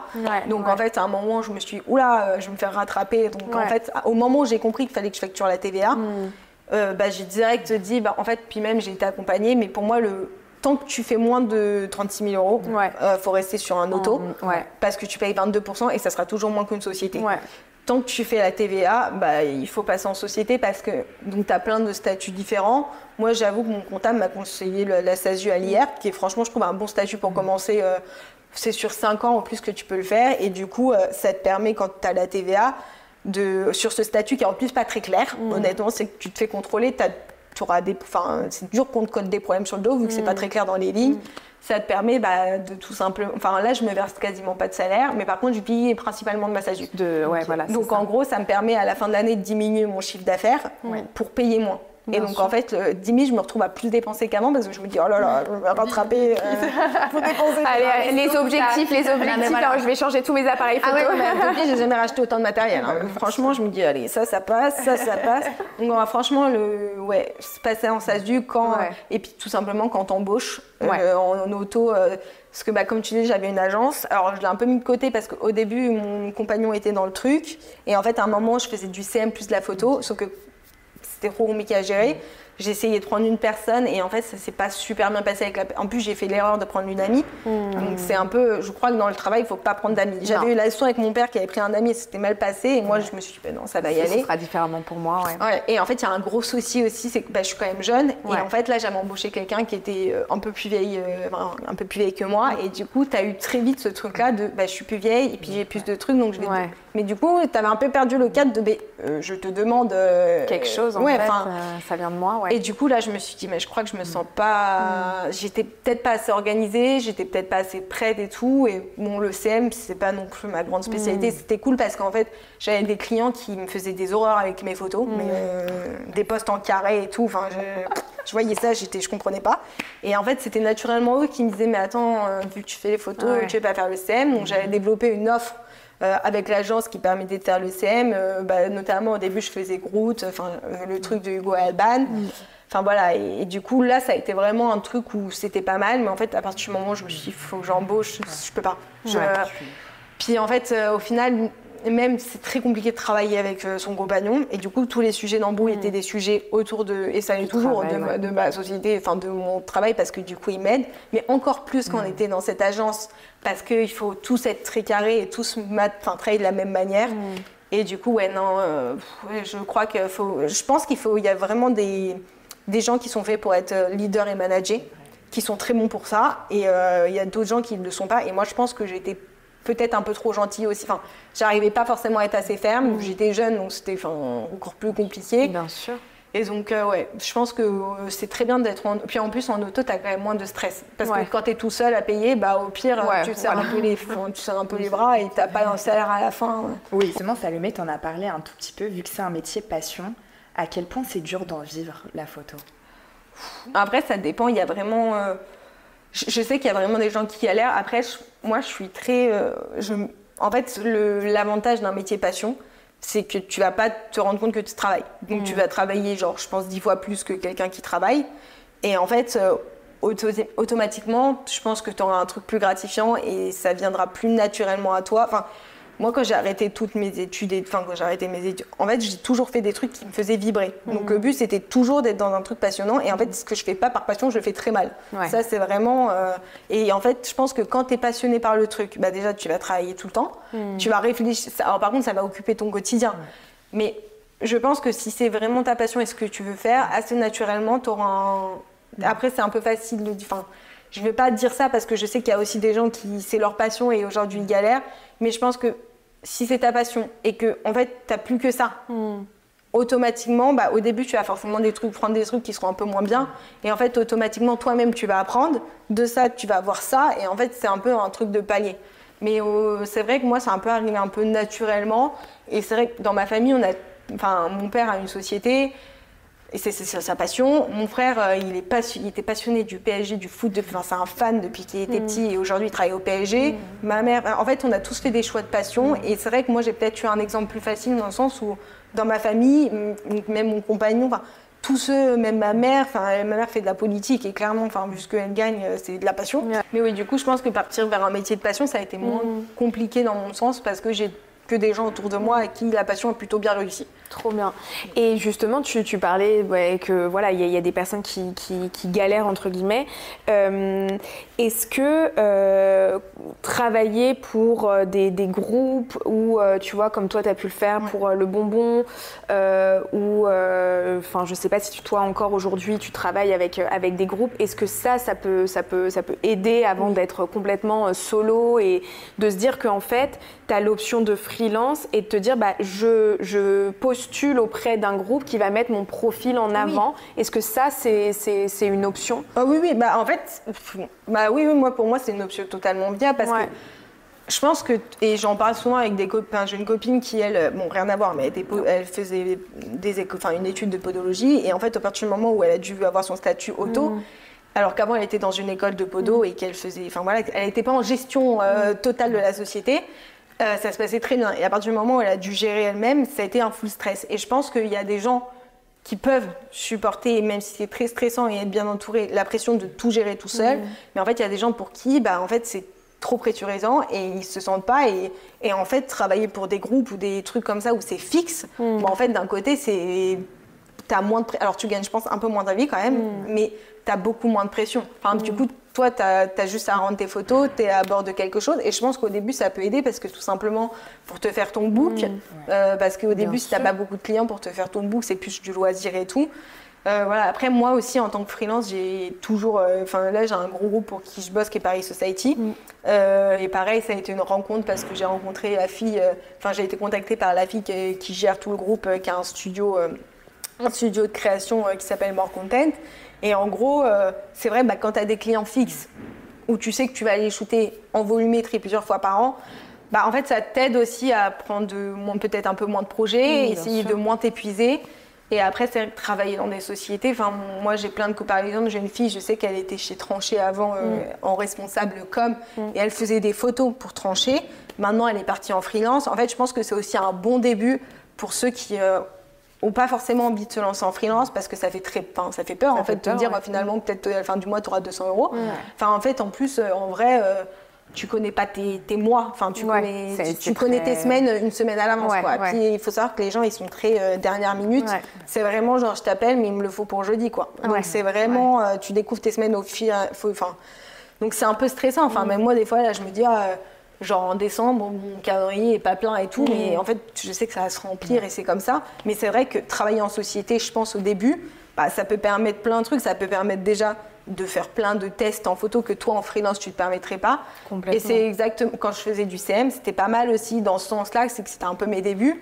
Et par exemple des trucs que j'aurais pas trop osé tester sur des shoots parce que je me dis oula mais si je me foire je peux pas rendre des trucs comme ça. Sur du CM où tu as plus de shooting régulier et que c'est de la création en bonus, tu peux en fait te permettre de tester des trucs avec des lumières, te faire plaisir quoi. Et au final tu seras toujours payé pareil. Donc en vrai, je pense que c'est un bon tremplin pour à la fois avoir sa créativité, pas avoir le stress de ne pas avoir de salaire à la fin du mois ou de gérer toi-même ton truc. Et en fait, rien ne t'empêche en plus quand tu es en société de faire de l'auto à côté. En plus. Et de t'aider. Aujourd'hui, tu en vis pleinement, Salomé? Oui, aujourd'hui, moi c'est vraiment mon temps plein. Honnêtement, depuis ma sortie du bonbon, j'ai jamais eu trop de problèmes. Et après, je pense aussi que ça joue dans le sens où les clients avec qui je bosse, c'est quand même des clients avec qui ça s'est toujours très bien passé. Puis je suis très dans le style où si je pense que tu attires un peu le positif, tu attires des gens qui te ressemblent. Donc c'est vrai que j'ai peut-être eu un ou deux clients où mais dès le premier shooting, je me suis dit, oh là, c'est pas du tout ma vibe. Et moi, j'ai pas voulu rebosser avec eux parce que j'ai pas envie d'avoir des trucs bizarres. Mais non, essentiellement. Puis après, j'ai de la chance d'être. Et aussi, c'est pour ça que c'est quand même assez divers parce que tu as les réseaux, tu as la presse. J'ai bossé pour pas mal d'agences de presse. Puis au final, c'est quand même un métier de bouche à oreille. Donc dès que tu commences à avoir un peu de trucs, tu as un DA qui parle de toi. Après, tu as un journaliste qui t'a vu. J'avais fait une pile pour Le Monde. Après, j'avais été contactée par Le Figaro. Et en fait, les gens, tu te rends compte que c'est vraiment. Les gens viennent. Et en fait, quand tu commences à faire un truc, les gens ont envie d'avoir la personne qui fait ça aussi. Donc ouais, c'est vrai qu'aujourd'hui, oui, je suis hyper contente. Je pensais, honnêtement, quand j'ai commencé, je pensais pas même en alternance, qu'un jour j'en vivais pleinement. Et je pense que je ne pensais même pas me lancer forcément dedans. Et je pense que c'est assez naturel et que ton instinct te dit toi-même que tu peux y aller. Et après, c'est vrai que je pense que j'ai aussi le parcours qui m'a consolidé. Le fait d'avoir au début, mes 2 premières années, des salaires fixes tous les mois et de faire un petit bilan, de me dire, là, t'as gagné tant, tu vois, genre en vrai, si t'arrêtes ça, t'as toujours ça. Et puis après, tu as pas mal d'agences, même en vrai, pour ceux qui se lancent dans la photo. Moi, j'avoue que Malibu, au début, c'était pas mal. C'était pas les shootings de l'année, mais c'était quand même des petits trucs où je savais que ça se passait bien avec eux et que ils t'envoient sur 5-6 shootings par mois. Donc, au pire, ça te fait 1 500, 2 000 euros. C'est toujours... tu as plein de petits tremplins comme ça. Et en vrai, je pense que si t'as pas peur, en vrai, il est censé rien... tant que t'en as envie et que t'essayes... Au pire, tu fais ton book et au pire, tu te prends des recales et puis voilà, c'est pas... Et justement, Salomé, il ne te demande pas de faire une formation spécifique de photographe et même quand tu arrives en shooting, est-ce que toi, au début, c'est tout bête comme question, mais tu shootais en mode automatique et pas manuel, puisque les réglages, ça peut être un certain stress, parce qu'on peut se dire, wow, la vitesse d'obturation, l'ISO, l'ouverture, tu vois, j'ai ces 3 paramètres, c'est compliqué. Là, vous me parlez chinois, mais ouais. Comment? Oui, tout à fait. Mais c'est vrai que, alors ça, c'est drôle, parce que vraiment, la forme, et ça, c'est drôle, parce que tous les photographes à qui je parle, il n'y en a aucun qui a fait de formation. Non, mais c'est bien de casser ce mythe. Il y en a qui ont fait un peu des petites formations supplémentaires, mais moi, je n'ai pas trop de photographes que je connais qui viennent d'école de photographie. Là, je bosse avec un super vidéaste, pareil, via More Content, mais le mec, il me fait des... je regardais son écran, puis je me dis, mais je fais de la vidéo aussi, j'étais là, je comprends pas, parce que toi et moi, on est au même endroit, on a vu la même chose, mais on n'a pas le même résultat, j'ai pas compris. Et vraiment, je me dis, mais attends, mais comment t'as appris tout ça, quoi? Les tutos YouTube.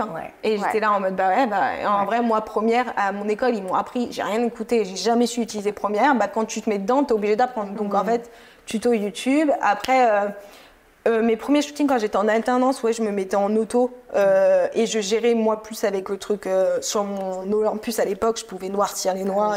Donc c'est comme ça que je trouvais mon style. Et après, un peu naturellement, je me suis mis en manuel pour tester. Enfin, j'ai regardé en fait les bases sur Internet, vraiment les bases. Et en fait, tu testes et en fait, c'est vrai que manuel, ça fait peur, mais du coup, ça te permet aussi d'avoir un truc un peu plus différent. Ça te permet vraiment de trouver ton style. Et je pense qu'au début, c'est le plus dur, de trouver son style. De trouver ses réglages, de trouver... En vrai, même moi aujourd'hui, j'ai pas vraiment des réglages fixes, j'ai des réglages que j'adapte en fonction de la situation. Et après, même sur Lightroom, de trouver toi les couleurs que t'aimes et comment t'aimes photographier les sujets. Donc je pense que c'est vraiment toute une question de se tester, d'essayer plein de trucs. Et en fait, moi, il y a un truc que j'aime bien faire. Alors ça, je le fais quand je veux acheter un nouvel objectif, généralement. Mais genre, je regarde mes photos, ma série de photos. Et en fait, sur Lightroom, on peut voir les infos. Et du coup, je regarde à peu près principalement mon ouverture et tout. Et par exemple, quand j'achète un objectif, souvent on te conseille d'acheter des trucs genre ouverture 2.8, 1.4 pour un super flou. Mais au final, moi, je suis jamais en dessous de 3.5, honnêtement. Parce qu'en fait, le flou, c'est très beau. Alors sur du portrait, en fait, dans la foot, ça peut vite se retrouver tout flou. Et alors là, si c'est tout flou, tu peux rien faire. Et en fait, aujourd'hui, j'ai quand même de plus en plus de clients qui aiment pas trop le côté trop flou et qui veulent un truc à peu près net. Donc en vrai, moi, je regarde un peu près mes réglages et du coup, je me dis, tiens, ça sert à rien que je prenne un truc à 1.8 alors que je suis tout le temps F4, quoi. Donc c'est que des trucs comme ça et vraiment se tester, de pas avoir peur. L'automatique, c'est bien au début, comme ça, tu peux trouver déjà l'ambiance que t'aimes. Si t'aimes une ambiance hyper lumineuse ou une ambiance très dark ou un truc très neutre, très doux. Et après, justement, tu te complètes un peu avec tes réglages. Et en fait, c'est là que sur Lightroom, il y a des gens qui vont avoir des styles très marrons, très bleus. Enfin, ça, c'est vraiment totalement personnel. Enfin, moi, je me retrouve des fois sur des shoots où je suis notamment sur de l'hôtellerie, où je suis avec d'autres photographes que j'adore et qui, en fait, elles font plus de l'hôtellerie, moi, plus de la food. On est au même endroit, même sujet. On n'a rien à voir. Rien à voir. On ne voit pas la chose de la même manière. Et du coup, c'est vrai que en fait, le problème de l'automatique au début, c'est que je pense que vous aurez un truc. C'est génial si tu veux pas forcément faire ton métier, enfin ton truc, parce que tu auras un truc plus global. Et le mode manuel, ça va te permettre d'avoir, par exemple, un sujet qui va être flou au premier plan et bien net à l'arrière, qui est un truc joli. Ça, c'est un truc que j'aime bien faire maintenant, des effets de mouvement sur les photos. En fait, si tu peux pas baisser toute ta vitesse, c'est que des trucs comme ça et c'est des trucs qu'en fait des fois tu découvres, mais genre sur un accident. Genre en mode t'as appuyé, ça a fait un truc et t'as fait oh merde, tu regardes et tu te dis c'est pas mal ça. Et du coup tu regardes, j'étais quoi, 1,30 ? Ah ouais, ok. Ouais, ça permet en fait vraiment de personnaliser la photo et personnaliser ton univers. Et justement, comment est-ce que tu trouves ton inspiration et surtout, ce qui n'est pas facile, c'est que c'est un monde qui est petit, c'est un monde où du coup les restaurants se regardent aussi. Comment tu arrives avec ton style à personnaliser, à rentrer dans l'univers de chacun des restaurants que tu accompagnes et pas faire du copier-coller pour tous, tu vois? Ça c'est un peu... déjà moi j'avoue, je regarde pas trop les comptes des photographes food. Déjà pour... je regarde pas trop parce que bon, c'est vrai, moi j'ai un gros syndrome aussi un peu d'imposteur où je n'ai jamais l'impression d'être à ma place ou de mériter ou quoi. Donc je sens que ça pourrait me complexer, donc je ne regarde pas.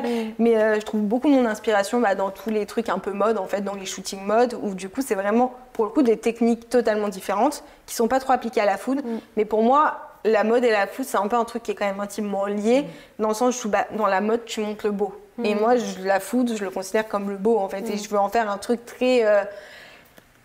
très net, très sympa et qui t'a des fois un peu cassé les codes. Enfin voilà, par exemple, prendre des photos un peu en diagonale, c'est un truc que j'aime bien faire et que dans la food, on est très souvent très linéaire. On fait des trucs très alignés et tout. Et en fait, des fois, je trouve qu'il y a ce côté un peu mode rap en diago, ça apporte un truc. Donc, je regarde beaucoup la mode et je regarde beaucoup tous les trucs d'archi. Parce qu'en fait, justement, dans l'archi, tu as beaucoup de lignes. En fait, quand tu regardes les photos d'archi, c'est très très dur. C'est une technique totalement différente. Et moi, quand j'ai commencé, je ne faisais pas du tout d'archi. Et là, notamment pour Paris Society, j'ai été obligée d'apprendre d'archi. Et c'est vraiment, tu t'exposes pas pareil, tu fais sur trépied et tu as un truc de ligne. Très à regarder que dans la food, tu n'as pas spécialement, enfin, quand tu as une tarte citron meringuée, tu n'as pas trop de lignes. Tu es un peu toi-même comme ça. Clair. Et du coup, c'est vrai que mixer ce truc très ligne, très géométrie, très couleur de l'archi et les trucs de la mode, qui au contraire sont très déstructurés, très flous, tout ça.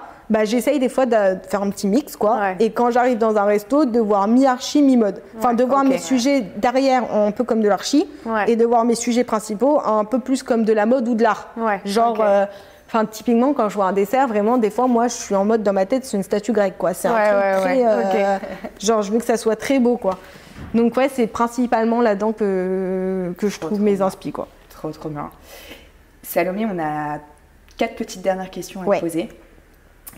J'aimerais quel conseil, en fait, tu donnerais à toutes les personnes qui souhaitent se lancer en tant que photographe, peu importe que ce soit culinaire, mode, beauté, portrait, mariage, enfin, quels sont les conseils que tu leur donnerais? Parce que c'est pas facile de base de choisir même, tu vois, sa spécificité, se spécialiser, enfin, et même au-delà, quels conseils tu leur donnerais?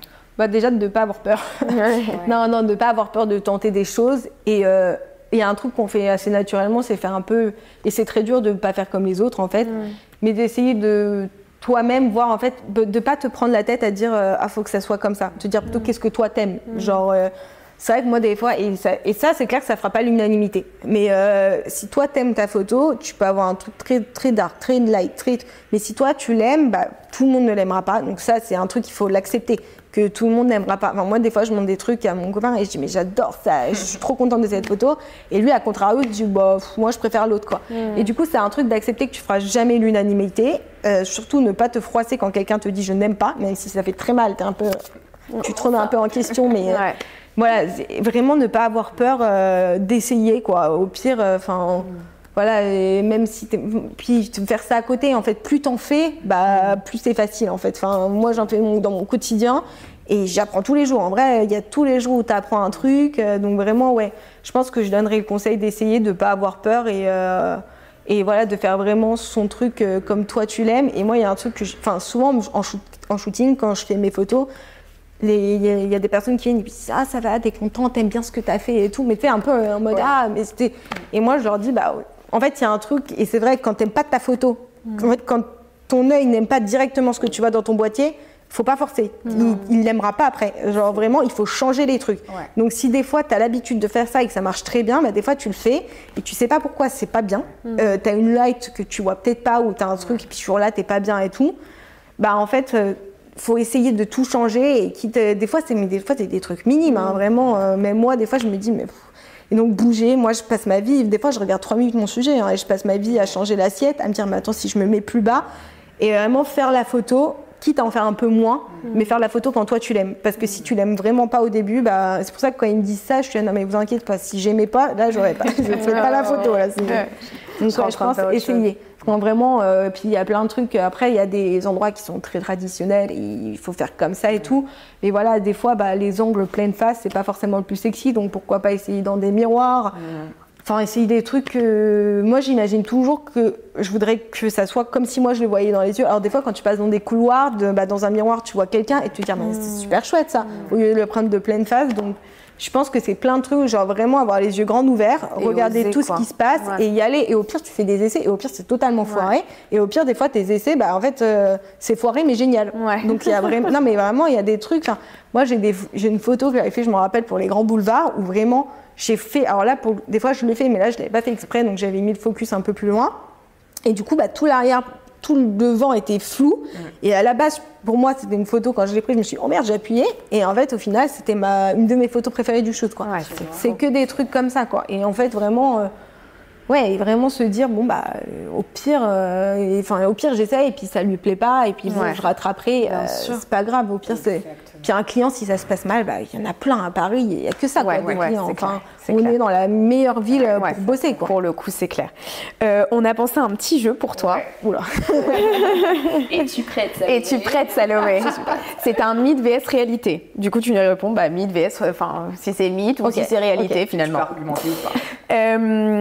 Quand tu démarches les restaurants, ils te disent j'ai pas d'argent. C'est la première chose qui te disent. Est-ce qu'il y a ce truc, il y a ce truc de c'est vrai en mode j'ai pas d'argent ou c'est difficile, je trouve, pour un truc que tu es capable, qui perçoivent comme quelque chose qu'ils sont capables de faire eux-mêmes, d'y apporter une grosse valeur, tu vois. Est-ce que tu... Réalité. Je pense qu'en vrai, ils ont beaucoup de mal à... et c'est assez drôle parce que ceux qui n'ont pas d'argent, c'est toujours les plus gros.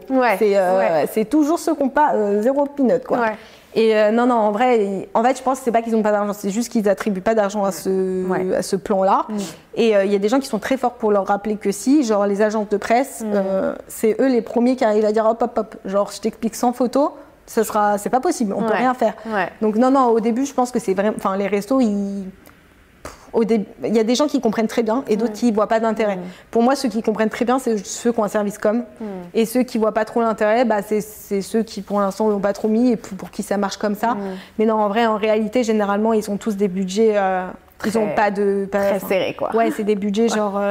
non, j'ai pas de budget, quoi. Mythe vs réalité, Salomé, la post-prod, c'est chiant. Oh là, c'est compliqué. T'es quel team? Non, en vrai, mythe. Parce que... quand tu shootes quand même beaucoup, c'est très fatigant. Shooter, on se rend pas compte, mais l'autre fois, j'étais avec un pote qui me dit attends, c'est fatigant, toi. Alors, je t'explique. Mon appareil, il fait 5,5 kg. Donc, en vrai, mythe, parce que du coup, c'est vrai que sur la post-prod, pour moi, c'est la finition de ce que tu as fait. Donc, c'est vraiment la continuité. Tu n'as pas le shooting sans la post-prod. Ça dépend de ce que tu fais. Moi, perso, je ne shoot pas en JPEG, donc j'ai besoin de cette post-prod. Et c'est aussi un moment où tu vois le truc différemment, plus reposé. Et en vrai, c'est aussi agréable, genre de voir le projet, te dire c'était ça que tu voulais faire, et puis tu arrives à là. Et en fait, alors des fois, oui, c'est un peu, quand tu as fait une journée de post-prod, c'est long. C'est pour ça que moi, je conseille, et c'est ce que je fais des demi-journées. Je shoot l'après-midi ou le matin, et l'après-midi, j'essaye de me garder un temps pour faire de la post-prod, et que ça soit pas trop... Parce qu'en plus, après une journée de post-prod, tu vois plus rien. Genre, moi, je sais que mes shootings, je les regarde sur 2 jours, parce qu'en fait, à la fin, je suis genre comme ça, et le lendemain, je regarde, je fais « Ouah, mais j'ai pas corrigé ça !» Donc, il y a plein de trucs que tu vois pas. Mais en vrai, je pense que ça dépend. Il y a des gens, ils aiment bien avoir des retoucheurs, parce qu'en vrai, pour eux, c'est chiant.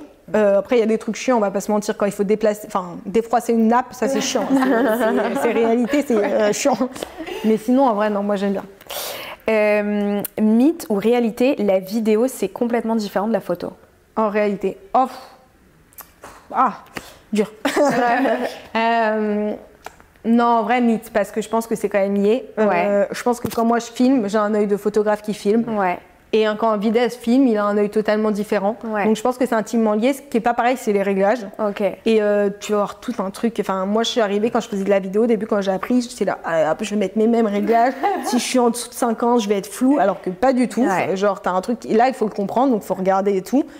Mais non, après, la vidéo, je pense que c'est quand même. En fait, quand je fais de la vidéo, dans mes vidéos, je retrouve mes angles un peu de photos. Donc, je pense que c'est quand même intimement lié. C'est pour ça que tout le monde... généralement, les vidéastes, tu regardes leurs vidéos, elles sont quand même très proches de leurs photos. Même dans les couleurs. Donc, non, je pense que c'est lié. Juste, la technique n'est pas la même. Salomé, mythe vs réalité, dès que tu es avec tes potes, c'est toi qui es chargée de prendre en photo. Ah oui. Salomé, réalité. Salomé, s'il te plaît. Oui, non, je suis chargée de prendre et les photos et de réserver les restos. Voilà. La story. Oui. Identifiera comme ça. Non, c'est un peu. Là, je suis partie en vacances en Grèce. Je prends rarement mon boîtier parce qu'en fait, c'est un peu mon bébé. Donc, quand je le prends, il faut absolument pas qu'après. Je le laisse dans une voiture, donc c'est un peu... il est lourd, c'est lourd. Donc non, là, c'est vrai que pendant les vacances, en rentrant, j'avais fait pas mal d'argentique, donc j'ai fait... Quand est-ce que tu as les photos? Elles étaient limite plus pressées que moi. Non, je suis chargée des photos généralement et de booker les restos. Bien sûr, super. Et est-ce que tu as une anecdote à nous raconter, genre la pire anecdote que tu as pu avoir depuis que tu t'es lancée pendant un shooting? Vraiment ou un moment vraiment de solitude où tu étais en mode... Aïe. Que ce soit un manque de matériel ou un client qui a pété un câble ou autre. Une situation complètement imprévue. What the fuck, quoi. J'avoue que si. Après, c'était pas horrible, mais c'est vrai que moi, je suis quelqu'un de très saine dans ma manière de vivre globale. Et genre, remarque, j'ai eu 2 what the fuck. Bon, j'ai eu ça parce que moi, du coup, je suis un peu saine et je suis un peu anti-drogue, anti-tout ça. Et j'avais jamais de ma vie un shooting où il était vraiment 15h. 15h. C'était un truc qu'on m'envoyait pour un truc de presse et tout. Moi, je connaissais vaguement le premier resto de ce truc-là. Ils en ouvraient un deuxième qui était un peu ambiance cave à vin, assiette et tout. J'arrive dans le truc, déjà, je sentais la vibe qui allait être mauvaise, mais truc pas organisé et tout. Et en fait, là, il y a un mec qui me saute dessus qui était un des responsables. Ah ouais, ça c'était drôle. Et vraiment, c'est pas avec lui que j'avais échangé, mais bon, le mec, mais vraiment, je pense totalement sous-produit. Mais vraiment, je pouvais pas ne pas. Et épuisant, c'était 1 heure le shooting. Alors, 1 heure, j'en ai vécu 3, quoi. Genre, tu vas essayer ça, puis tu vas essayer ça. Surex, quoi. Et puis, puis il me cale un gosse sur la photo, puis j'étais là, non, mais pas du tout. Enfin, j'étais là. Du coup, t'essayes de lui dire, bah non, en fait, genre, donc, t'essayes de rester rationnel et dire, non, je pense que c'est pas une bonne idée. Parce que ça, c'est souvent qu'on te propose des trucs. Dans ta tête, faut arriver à dire, non, c'est une mauvaise idée, je vais perdre du temps, là. Et vraiment surex, et puis attends, puis tu veux un verre de vin, puis ils buvaient tous les verres, et puis tout le monde se jetait sur le truc. Enfin, ça a duré 1h30, c'était horrible, quoi. Ils étaient tous bourrés, et 15 heures, tous bourrés et tous rouillés. Et là, je me suis dit, mais je suis où, quoi. Enfin, vraiment, hyper oppressant. Et à la fin, je vois l'associé avec qui j'avais fait le devis et tout, et puis le mec qui était totalement au fond, là, il vient, tu veux pas trouver, puis tu veux pas boire, et puis bon, sinon, comment ça se passe? Et là, il me dit, comment ça se passe, si j'aime les photos, on doit te payer? J'étais là. Ah non, mais t'as pas compris. T'as pas compris, c'est pas. Du coup, j'ai dit, non, mais enfin, que vous ayez ou pas, enfin, j'ai fait. Je fais pas du bénévolat, quoi. Et du coup, l'autre, son associé, qui était le seul qui était sobre, qui a dit, attends, non, mais t'inquiète, enfin. Oui, ok. Je gère, quoi. Mais quand il m'a dit ça, je crois qu'il a pas compris le système. J'étais vraiment en mode, t'as signé un devis, donc oui, tu m'as me payé. Et là, vraiment, je me suis dit, ce genre de situation, plus jamais. Et ils m'ont recontacté après pour faire des photos. Et là, j'ai dit. Non, merci. Genre, ça, c'est des red flags à voir, quoi. Salomé, vu que tu en parles, c'est dur d'être une jeune femme dans le milieu de la photographie, mais au-delà de ça, quand tu es justement avec la restauration. Tu vois ce que je veux dire? En mode, t'es la petite, en plus photographe, t'es mignonnette. Tu vois. Bah ouais, en vrai, si. En fait, je suis jeune. Donc j'ai 25. J'ai 25, là, le 8, donc c'était assez récent. Mais ouais, non, c'est un peu le fait d'être en vrai jeune et une fille. Il y a certains restos où vraiment. En fait, c'est généralement quand c'est les jeunes, il n'y a pas trop de soucis. Parce qu'ils te font totalement confiance et ils savent pas, enfin moi ils connaissent pas mon âge, il y en a aucun qui sait pas que j'ai fait des écoles de photo. Des fois quand on me le demande, enfin voilà, c'est pas un truc qu'on demande en fait. On regarde ton book, si ça leur plaît, qu'est-ce qu'on s'en fiche, quoi. Mais c'est vrai que c'est plus sur des grosses institutions où des fois c'est des chefs qui ont un peu plus un peu la grosse tête et qui sont un peu en mode la petite nénette là. Donc ouais, non, ça m'est arrivé sur un étoilé où vraiment le chef il était un peu genre, ton petit avis, je m'en carre un peu, donc j'étais un peu en fait. Donc si ça a été un peu délicat, et pareil, j'ai fait un autre shoot où vraiment j'essayais de lui faire comprendre qu'en fait je pouvais pas faire une photo de l'assiette avec les couverts comme. Enfin, c'était boring, quoi. Donc, et en fait, il était non, mais moi j'ai 30 ans dans la restauration. J'étais oui, je sais pas, tu veux un truc moderne ou tu veux un truc. Donc, non, en vrai, être une femme, je sais pas. Ouais, je pense qu'être une femme et être jeune, après, je sais pas si l'âge, parce que les gens le voient pas, mais être une femme, je pense que c'est pas. Puis tu te fais vite écraser en mode. En fait, je pense que c'est surtout dans ceux qui sont peut-être plus compliqués pour d'autres secteurs que la food. Mais la food, ça dépend vraiment. En vrai, je pense qu'il y a d'autres milieux où c'est plus des vieux hommes. Et genre, typiquement, je pense que la mode, c'est pire. Enfin, moi, j'ai entendu des histoires avec des photographes mode horribles. Et après, je pense que c'est plus entre photographes. Qui, des fois, ça peut genre un peu bitcher sur ton dos et tout, alors que bon, pas raison d'être, quoi. Mais ouais, non, je pense que ça aide pas forcément. C'est pas forcément, écoute, on a 2 petites dernières questions, enfin 2 questions en une. C'est quoi ton pourquoi d'entreprendre et ensuite ton rêve le plus fou? Oula. Pourquoi entreprendre? Déjà pour faire rien à voir à rendre à personne. Ça, c'est vraiment j'ai besoin de créer. En fait, je trouve que quand tu fais quelque chose pour quelqu'un d'autre, tu le fais pas pareil et tu crées pas pareil. Enfin, je voulais pas être. J'ai très vite compris que je voulais pas être dans une société. J'ai pas mis 10 ans à le comprendre. Mais par exemple, quand je voulais reprendre le truc de mon père, le but c'était aussi que je sois à la tête d'un truc. Donc, je me vois pas être à rendre des comptes à quelqu'un. Et donc, pourquoi entreprendre? Voilà, c'est pour ça. Enfin, ce qui est génial, c'est que je peux me mettre off quand moi, si ça va pas, je peux me mettre off. Je peux partir en vacances un peu en décalé. À contrario, je peux bosser aussi quand moi, ça m'arrange. Enfin, ça me permet aussi d'avoir une vie un peu différente. Et comme je disais, quand j'ai eu des problèmes de santé, ça me permettait aussi de... par exemple, si j'avais des rendez-vous médicaux la semaine, de ne pas devoir demander des arrêts maladie parce que ça ne va pas, en fait. Ça, c'est vrai que dans les sociétés, en fait, quand psychologiquement, ça ne va pas, c'est pas un truc qui se voit. Donc, quand tu dois demander à quelqu'un, non, je suis désolée, là, ça ne va pas, à côté de la plaque, bien quoi. sûr. Donc, entreprendre pour ça. Et alors, mon rêve le plus faux, de toujours bien en vivre. En vrai, je pense que toujours bien vivre de la photo, c'est mon plus grand rêve, jusqu'au jour où peut-être je me lasserai, j'en sais rien. Mais ouais, j'espère juste ne pas avoir à me reconvertir. Enfin, peut-être que je me reconvertirai par choix, mais pas l'avoir par force parce que ça marche plus et que moi, j'ai pas su m'adapter parce que ça évolue tout le temps. Enfin, je suis sûre que dans 20 ans, je ferai plus les mêmes photos, si je fais encore de la photo. Mais... Donc ouais, mon rêve de plus faux, c'est d'en vivre comme ça toute ma vie, quoi. Et de jamais avoir de problème avec l'État. Avec les impôts. L'URSSAF, si tu nous entends. Je n'habite pas là. Ouais, c'est ça. Franchement, merci beaucoup Salomé pour cet échange, pour cette authenticité, simplicité, ce partage d'histoire là, comme ça. Franchement, c'est. Écoute, tu nous avais prévenu et franchement, c'était parfait. Merci vraiment. Ces informations, c'est vraiment un métier tellement passionnant, il y a tellement de questions derrière, tu vois. Cette vocation-là, enfin merci pour... merci à vous en tout cas, c'est vrai. Enfin, moi j'écoute beaucoup de podcasts, donc j'étais ravie en tout cas. Trop bien, trop bien. On a pour habitude, elle va me dire, oh mais non, qu'est-ce que c'est que ça encore? On a pour habitude de finir nos podcasts par un petit check ou un petit, je sais pas, mouvement, une petite vibe, quelque chose, un petit son, ce que tu veux. Dis-nous par quoi tu veux finir. Et ça, c'est le moment le plus dur du podcast en fait. C'est pas de se livrer finalement. Ouais, je pense que je vais faire une vague, parce que ça, une vague, allez, moi, elle est très mal, mais... Vas-y, comment? Attends. Merci. Et ben nous, on se retrouve dès mardi prochain pour un prochain parcours métier. En attendant, prenez bien soin de vous et on vous fait des bisous.